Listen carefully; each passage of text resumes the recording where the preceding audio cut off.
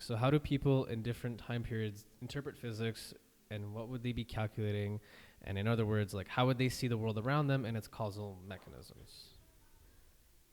Right. Because the frameworks that they have they did influence the concepts that they're working with, right? Yeah, I mean, so yeah, there were paradigm shifts that happened.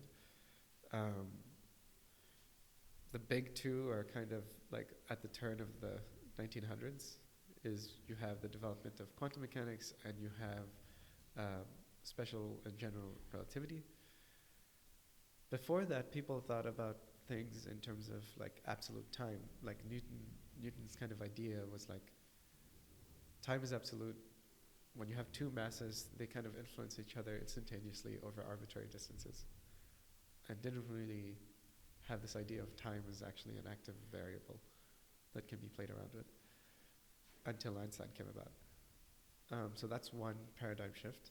The other one was like saying, okay, if I have, like classical objects are completely deterministic in their path. Sure, you can have chaotic systems that are complicated, but like, if I throw this pen, I know exactly where it's going to go and where it's going to land. And actually, I can move my hand there because it's so built into our intuition that we know how classical physics works. Quantum physics doesn't work that way in the sense that if I throw a quantum particle up, the probability that it ends up here versus here, we can calculate a probability distribution for that, but we don't actually know where it will actually end up until we measure it. So that's another paradigm shifting moment, I think. So on the subatomic scales, like a lot of everything is just probability distributions. Okay.